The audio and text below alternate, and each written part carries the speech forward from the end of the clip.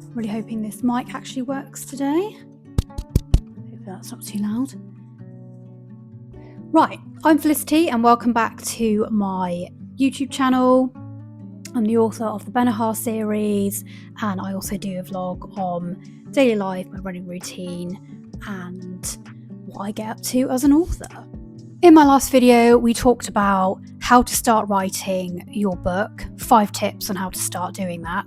And that was all the planning up to the point of where you now need to start to find the time to sit down and write. So you have your plan in place, you're ready to go, but there's one problem: you're just too busy. Well, today I'm going to give you some tips and advice on how you can find the time to start writing your book. Now, whether that's your second book that you're writing, or like me, I'll be coming up to write my third, or it's the very first time that you're going to write a book, these tips should hopefully get you on your way. Firstly, let's address the issue that we all have, including myself, is finding the time can be very difficult because you either have a full-time job like myself, so I work 9 till 5 or between, 7.5 hours a day. I also commute, so that takes 40 minutes out of my day as well. I also am training to do my half marathon, which takes up 2 evenings of my week and then a long run at the weekend. I also want to see my friends and family. And then even if you're a student, a lot of people think students just, attend a couple of lectures a week and that's it, and then they go out and get drunk, etc. That's complete rubbish. You're studying for the majority of your time and probably working a part-time job. And if you're a parent as well, or if you're, you just have a busy life, you could be a full-time mum, but if you've got 3 kids, a dog, a cat, and planning, meals around your family, whatever you're doing, we all struggle to find time to take 5 minutes to have a cup of tea sometimes. First off, what you need to do, no matter how busy your day is and how busy your schedule is to find a time within your daily routine, daily or weekly routine, because that's another thing I'll get onto in a minute, to write. Now that could be you get up at 5 o'clock in the morning and you've got half an hour to yourself. Use it. So instead of just having a cup of tea, block that time out to start writing. You may live around the corner from your work, so you might be able to pop home on your lunch break if you're lucky enough to get between 30 minutes and an hour and do a bit of writing on your lunch break, or even pop to your local cafe, or if you're near a library, do that as well. You may have a restroom or a canteen at work that you might possibly be able to use on your lunch break, or even go and sit in your car. As unsociable as that can be, it might actually help you if you just use your lunch break and go and sit in your car on your own and jot a few words down. Or it could be that you get home from work, have your dinner, and you've put the kids to bed, and then you can do a bit of writing at night before you then head off to bed. It sounds mad, but that is the way that you can do it, and that is the way that I did it. So I'll just share with you what I did for both my first and my second book. Now, granted, I was very, very lucky. When I first started writing the first book in the series, and it's the same with the second book as well, I lived door to door, 3 minutes from my work. So myself and Jamie would get up and get ready for work, and I would make sure I was ready at least an hour before I had to be in work, so then I could use that time before to write. So I'd have about 45 minutes to write, and then I'd basically set an alarm on my phone for 45 minutes, sit down, write, and then run out the door to my work. It meant I could also then come back at lunchtime and do that again. I'd have an hour lunch, and I'd never not take my full lunch because we were quite busy. So I used to just run home, go upstairs, because we lived in this upside down flat and it had 3 floors to it. So I'd run all the way to the top floor, plonk myself down on the sofa or the little, well, it actually wasn't that little, the leather armchair, and sit and write. And that armchair was great because it had a really wide arm to it, so it felt like a bit like a mini writing desk, so I could just lean over and write on that. Not great posture, but it worked for me. And then I'd come home in the evening and do some writing as well after dinner. I didn't write every night though, and this is the thing that you will find as you do write. You will find your rhythm, and as part of that, you don't have to write every day. Now, I wouldn't always write in 45-minute blocks. Sometimes I would just need to do 10 minutes because I needed to finish off a paragraph or finish off a chapter. And then I would just say to myself, right, I'll just spend the rest of my lunch having something to eat or pop into town and get some bits and bobs. Don't feel guilty if you don't write every single day, and if you don't have 45 minutes every day to write, and if you can only do 5 or 10 minutes a day every other day, you're still writing. So don't ever feel guilt, and I know there are some writers that do feel guilt that if they're not writing every second of the day and treating it like a 9-to-5 job, that they're not real writers, and you can't call yourself a writer if you're not writing every single day. That's complete tosh, because if you want to be a writer full time, you have to start somewhere. So don't be hard on yourself. Even if you can find 10 minutes a day, that is better than nothing. For me, this worked great. So the first book that I did, and I think I've said this before, using this time blocking of every day just, getting up at a certain time, smashing out a couple of paragraphs. Sometimes I'd be able to do a whole chapter within that time because I was just frantically scribbling to get it down. It really just depends on the mood and the flow during that writing process. As long as you're writing and you can get your time blocking in during that week, then that's fine. Because one week you might have to take your kids to a swimming gala, and then the next day you have parents' evening, and then the day after that they need to go to another after school class, and you're exhausted by the end of the day. If you can only fit it in when they're at school, then do that. Don't feel guilty. Just find what works for you, and you can do as little or as much as you can. And like I said, with this method, I wrote the first book in just over 4 months, and then the second book, I wrote the first draft in 2 months using this method. So trust me, it does work, because once you get going, you won't be able to stop.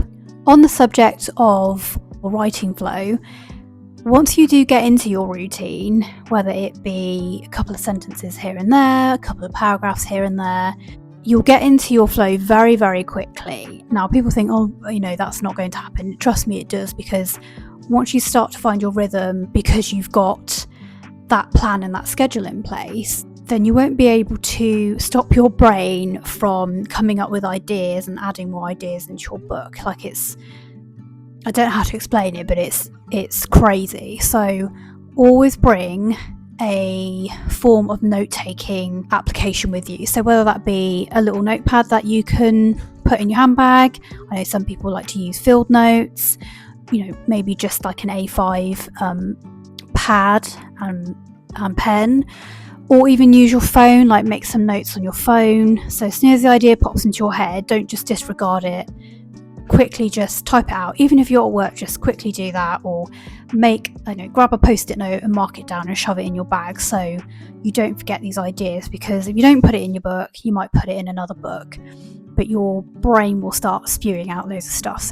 So do just take a notepad with you, or something that you can just quickly write down some notes. Trust me, you will find that even though you've got your plan and your schedule in place and you're now at work and at your desk, for me, doing minutes for some meeting, suddenly I'll be like, oh, there's an idea for this character. Make sure you capture those, and it all helps. It's not just about once you've found that time to write, because as soon as you've found that time to write, the ideas will just keep coming. And now that you're in your routine, what you do not want is distractions. You'll find a lot of authors do mention this. They might have a routine where they sit in a particular room in the house. With my writing up till now, I used to sit in that armchair in Scotland House in Cirencester.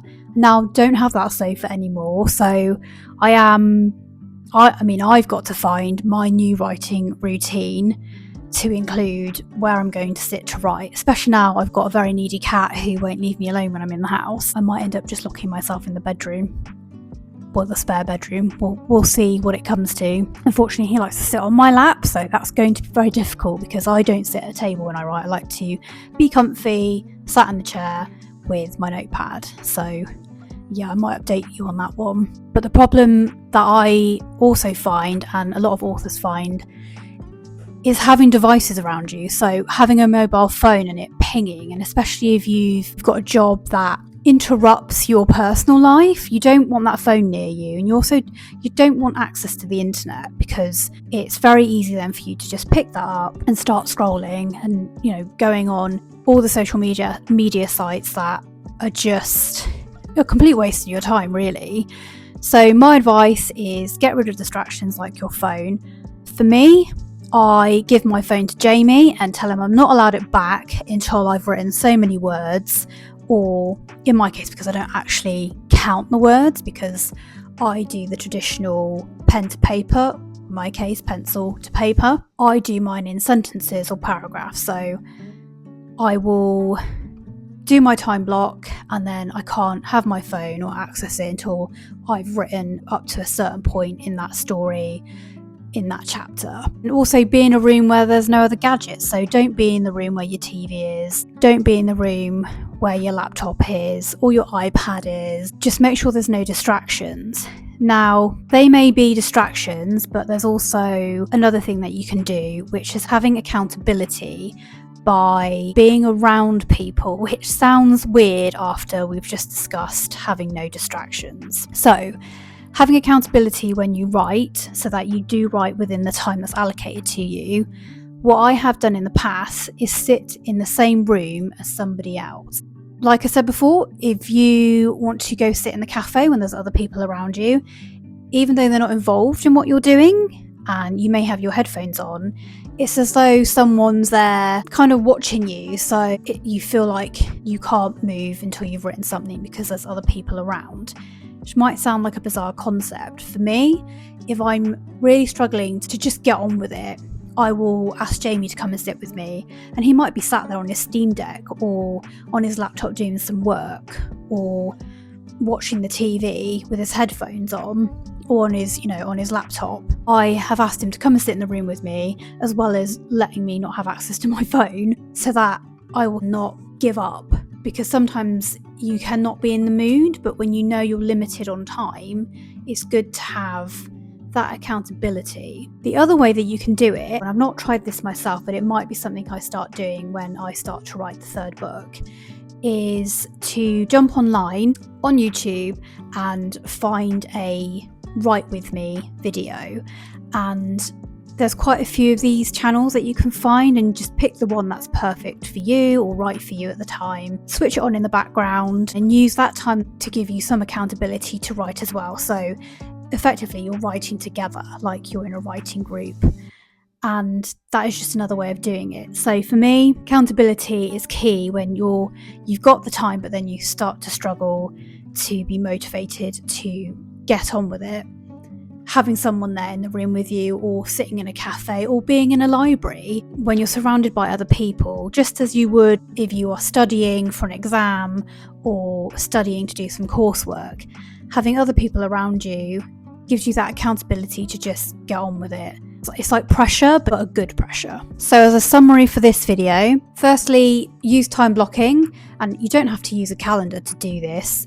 It's just getting into a routine of time blocking. If you have to change it because your normal everyday schedule has changed that week, that's fine, but as long as you're getting in slots throughout each day or throughout the week, because again, you don't have to do it every day, you don't have to do it every week. It's okay for you to go and have a holiday. Make sure you have some sort of note-taking apparatus on you, so whether it be your phone or if you've got a notebook, stick it in your handbag, your rucksack, because again, once you start writing, it's just going to keep coming out. Your brain's just going to keep spitting out these ideas, and you don't want to lose those, even if you don't end up using them for that particular book. Get rid of all your distractions so it doesn't interrupt your routine of writing.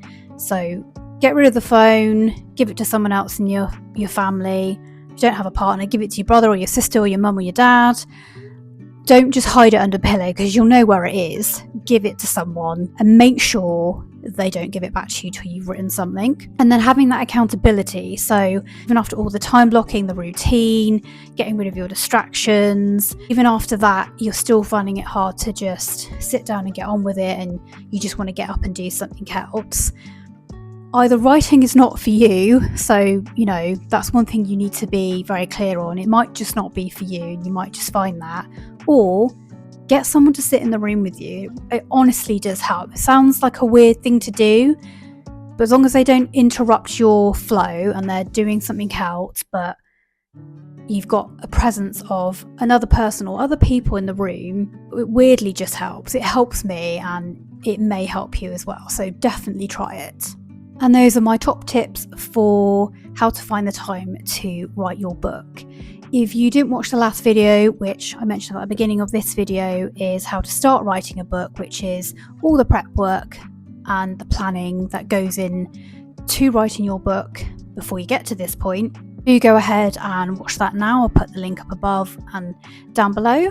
On that note, I'll just give you a quick update on how I'm getting on so far with my own writing. It has been a bit of a struggle this year. I am still in the process of reviewing my notes for the series, and that includes going through both the first and the second book and just making sure I'm capturing any, I say plot holes, but it's just making sure that those holes are covered in the rest of the book. So to me, they don't, to me, or I think anyone who reads the book will not think there are holes there, but there are glaring things to me that I need to capture throughout the series and link together and tie back into the main story and to different characters. So I'm just doing that at the minute. This is the note taking for book 1 in the series, and I've just started doing book 2, but yeah, it's been a struggle to get back into that process, but I'm doing it. I'm making sure I'm accountable. I'm sat next to Jamie as I'm doing it, and I'm doing a couple of chapters every night. I'm basically skim reading it and just making notes as I go along. And then I will get into the process of how to write a book, which I explained in the last video, before I get on to finding my new routine and starting to time block and how I'm going to approach that. So yeah, I will film that and let you know how that looks like when we get to it. Next video, I will probably start to chat to you more about book series and what you need to know about book series. So I will catch you then, and good luck with the writing. Do let me know if you've got your own process of writing, and if you want any tips, any more advice or tips from myself, do leave your comments down below, and I will endeavour to get back to you as soon as possible. Enjoy your writing. Bye.